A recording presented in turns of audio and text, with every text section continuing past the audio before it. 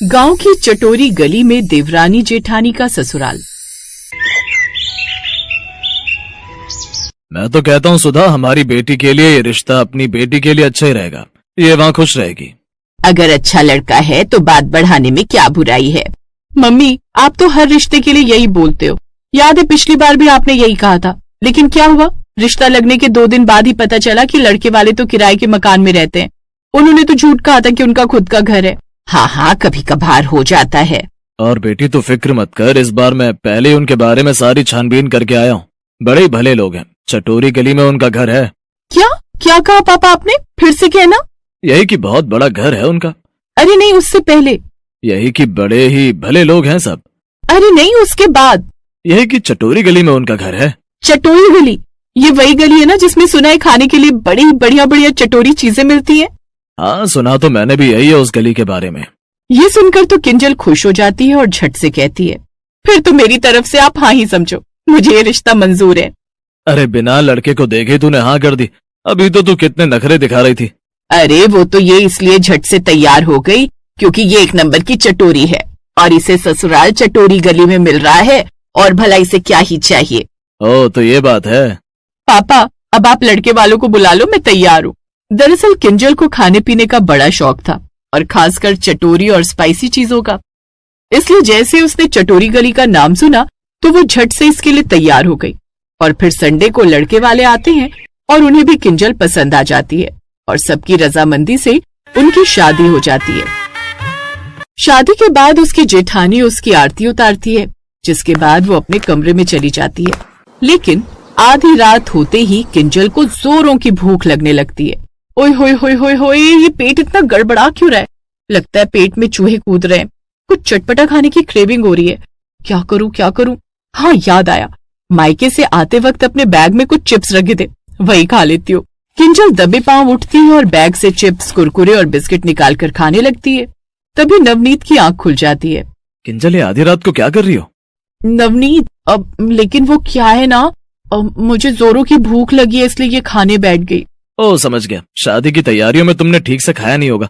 कोई बात नहीं, आराम से खा लो। वो सब खाने के बाद किंजल मजे से डकार लेकर सो जाती है। फिर अगले दिन उसकी पहली रसोई होती है, जहाँ वो सबके लिए मलाई कोफ्ता, दम आलू, खीर और पूरी बनाती है।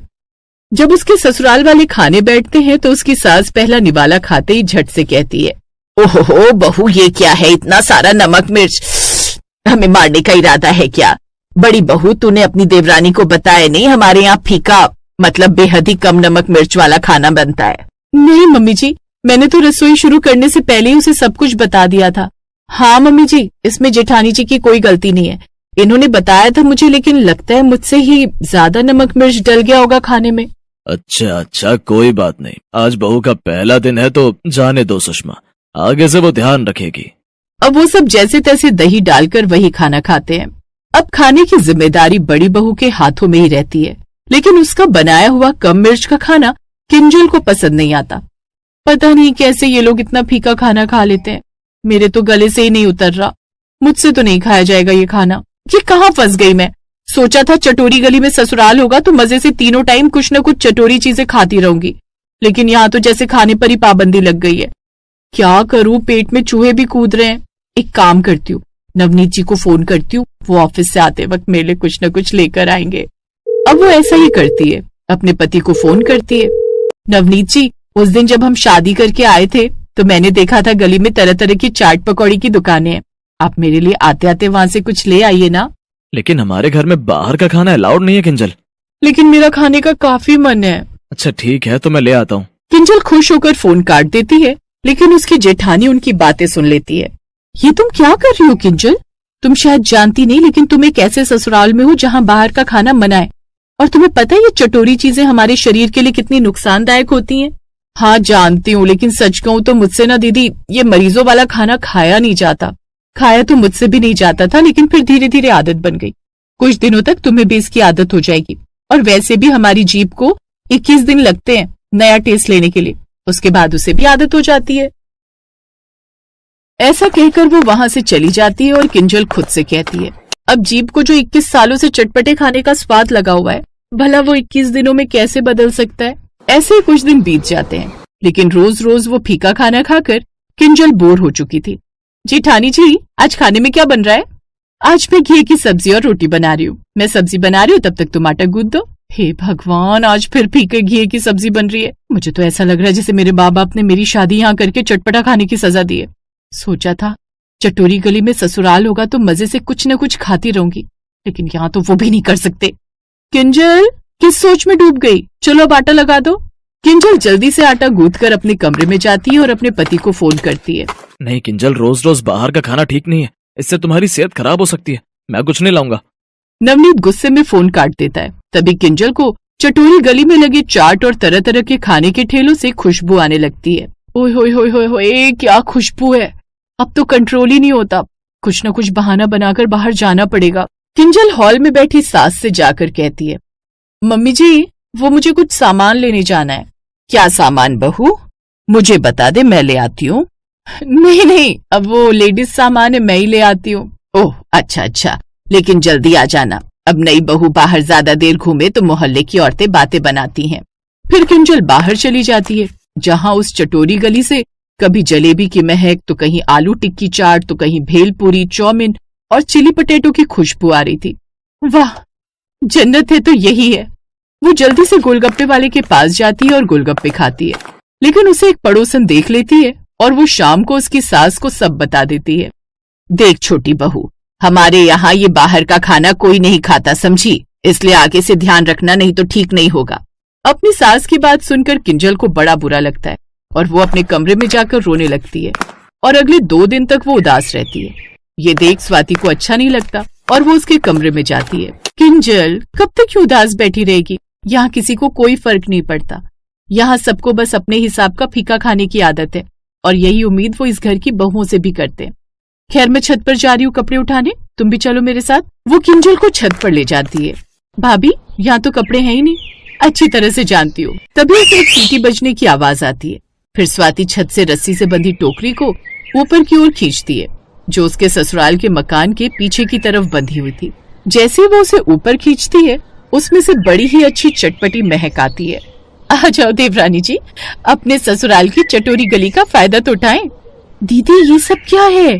मैडम, चोरी करो तो ऐसे करो कि पकड़े ना जाओ। तुम्हारी तरह मैं भी बहुत बड़ी चटोरी हूँ और इसीलिए मैंने चटोरी गली का नाम सुनते ही इस रिश्ते के लिए हाँ कर दी थी, लेकिन यहाँ आकर फीका खाना खाकर तो मैं बोर हो गई और बाहर जाकर अपनी गली में ये सब खाओ, कोई ना कोई पड़ोसी देख ही लेता है, इसलिए मैंने ये तरकीब निकाली। चटोरी गली में एक चाट वाले भैया हैं, मैं उन्हें इस टोकरी में लिस्ट और पैसे रखकर दे देती हूँ और वो सबसे छुपते छुपाते इसमें मेरी पसंद की चटपटी चीजें रख देते हैं और मैं रोज शाम को छत पर टहलने आने के बहाने से बड़े मजे से ये सब खाती हूँ। ये सुनकर किंजल हैरान रह गई। बाय गॉड जेठानी जी, मान गए आपको।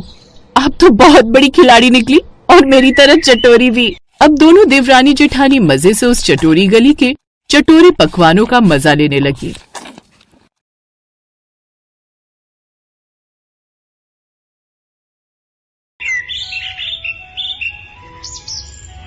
कविता की शादी दिल्ली की मशहूर पराठे वाली गली में हुई थी, यानी उसकी ससुराल वहीं थी।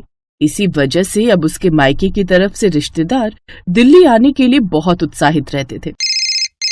कविता, तुम्हारे मामा जी कुछ दिनों के लिए दिल्ली आ रहे, तो मैं सोच रही थी कि मैं भी दिल्ली आ जाऊं। पहले तो रिश्तेदारी में किसी की शादी दिल्ली में नहीं हुई, इसलिए दिल्ली आने के लिए बहुत सोचना पड़ता था, लेकिन अब तो हमारी बेटी की ससुराल दिल्ली में है, तो अब कोई दिक्कत नहीं होनी चाहिए। तुम्हें कोई परेशानी तो नहीं होगी अगर हम 2 दिन तुम्हारे घर ठहर जाएं? नहीं नहीं मामी जी, ऐसी कोई बात नहीं है, ये तो आपका ही घर है। वैसे आप कब आ रहे हो? क्योंकि सौरभ जी की भी 2 दिन की छुट्टी है, तो वो भी आपके साथ आराम से समय बिता लेंगे। हम तो कल सुबह निकलेंगे और शाम तक तुम्हारे पास पहुंच जाएंगे। वैसे खाने में क्या खिला रही हो? सुना है कि तुम्हारी पराठे वाली गली के पराठे बहुत स्वादिष्ट होते हैं। जी मामी जी, हमारी गली में कई पुरानी पीढ़ियों से चल रही मशहूर पराठे की दुकानें हैं। यहाँ देसी घी में बनी अलग अलग तरह की स्टफिंग वाले पराठे मिलते हैं। इस बारे में आप टेंशन मत लो, मैं आपको और मामा जी को सौरभ जी के साथ नाश्ते पर ले जाऊंगी।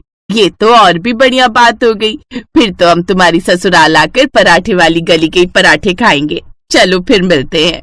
कविता के मामा मामी 2-3 दिन के लिए दिल्ली आए। कविता ने उनकी बहुत अच्छी खातिरदारी की। उसके ससुराल वाले भी बहुत अच्छे थे, उन्होंने भी मामा मामी का पूरा सम्मान किया। अरे बहू, अपने मामा मामी के लिए उनकी पसंद का ही कुछ बनाना।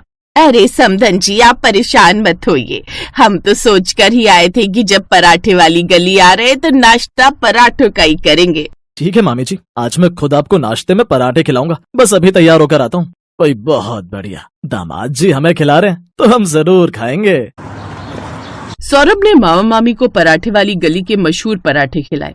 उन्होंने इनकी बहुत तारीफ की और 2 दिन बाद कानपुर लौट गए। तभी अचानक कविता की मौसी का फोन आया। कविता, हम लोग दिल्ली आए हुए हैं, तुम्हारे मौसा जी को यहाँ थोड़ा काम था तो मैंने सोचा अपनी भांजी से भी मिल लूं, इसलिए हम दोनों दिल्ली आए हैं। अरे वाह मौसी जी, बहुत अच्छा किया। बच्चे साथ में नहीं आए?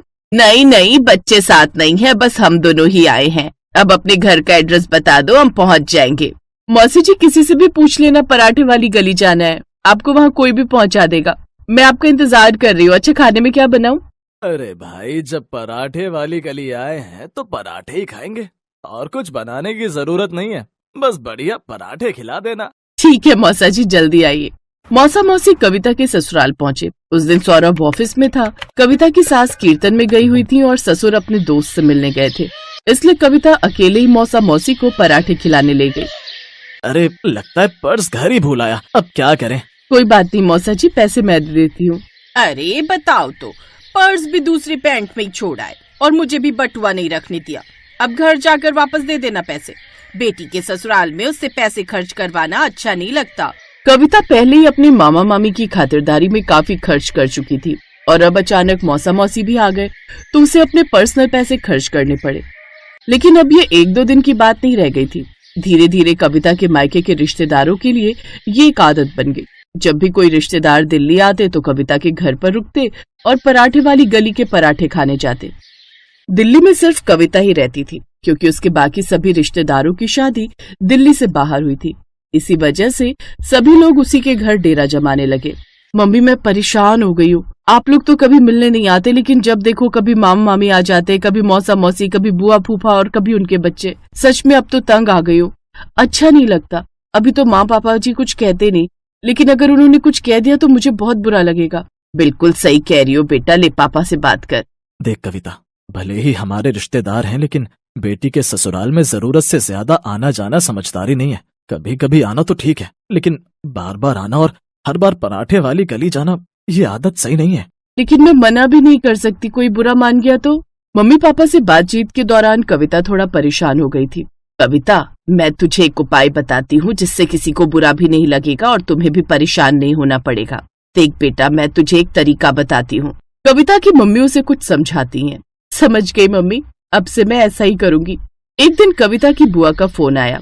कविता बिटिया, वो तुम्हारे फूफा जी माल लेने के लिए दिल्ली आ रहे हैं।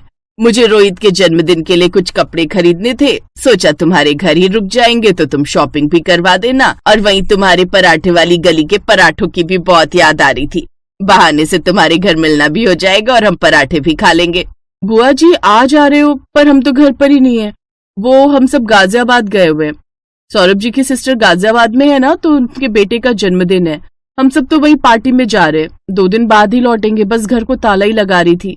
ओहो, अच्छा चलो कोई बात नहीं, फिर मैं नहीं आती, रहने दूंगी। तुम्हारे फूफा जी माल लेकर लौट आएंगे। कविता को अपनी बुआ से झूठ बोलना पड़ा क्योंकि ऐसा करना जरूरी था। बाकी के भी मायके की तरफ के रिश्तेदारों के फोन आए तो कविता ने सेम ऐसा ही बहाना किया। एक दिन कविता के मामा मामी बिना बताए आ गए। तब कविता को अटपटा तो लगा, पर अब क्या करती, मामा मामी आ चुके थे। कविता को एक तरकीब सूझी। मामा जी, आपको पता है आज माँ जी का जन्मदिन है। हम तो सुबह के नाश्ते का प्लान कर रहे थे कि आज माँ जी को क्या स्पेशल खिलाएं। अच्छा हुआ आप लोग आ गए। तो आज की पार्टी मामा जी आपकी तरफ से। क्यों, सही कह रही हो ना? अरे बहू, क्यों परेशान कर रही है अपने मामा मामी को? इसमें परेशानी की क्या बात है माँ जी? मामा मामी तो हमारे अपने हैं, हम तो इनसे हक से मांगते हैं। सौरभ जी चलते हैं, आज मामा जी की तरफ से पार्टी होगी। हाँ हाँ, क्यों नहीं, मैंने भी बहुत दिन से अपनी फेवरेट दुकान के पराठे नहीं खाए। चलो माँ पापा चलते हैं। उस समय कविता के मामा मामी का मुंह देखने वाला था। सबने मिलकर पराठों का नाश्ता किया और बिल भुगतान मामा के हिस्से में आया। अब मामा मामी ने सोच लिया था कि बिना बताए ऐसे कभी नहीं आएंगे। ऐसा ही कुछ कविता ने बाकी के रिश्तेदारों के साथ किया, क्योंकि कविता के रिश्तेदार भी उसे नहीं समझते थे, बिन बुलाए आ जाते थे, फालतू का खर्चा करवा देते थे। उन्हें भी समझाना बहुत जरूरी था। कुछ दिनों बाद कविता के रिश्तेदारों ने अपने आप ही आना बंद कर दिया, जिससे कविता को थोड़ी राहत की सांस मिली और सारी बात कविता ने अपने मम्मी पापा को फोन पर बताई। उन्हें भी ये सुनकर थोड़ा सुकून था कि कम से कम रिश्तेदारों ने बेफालतू का बेटी के घर जाना बंद तो किया।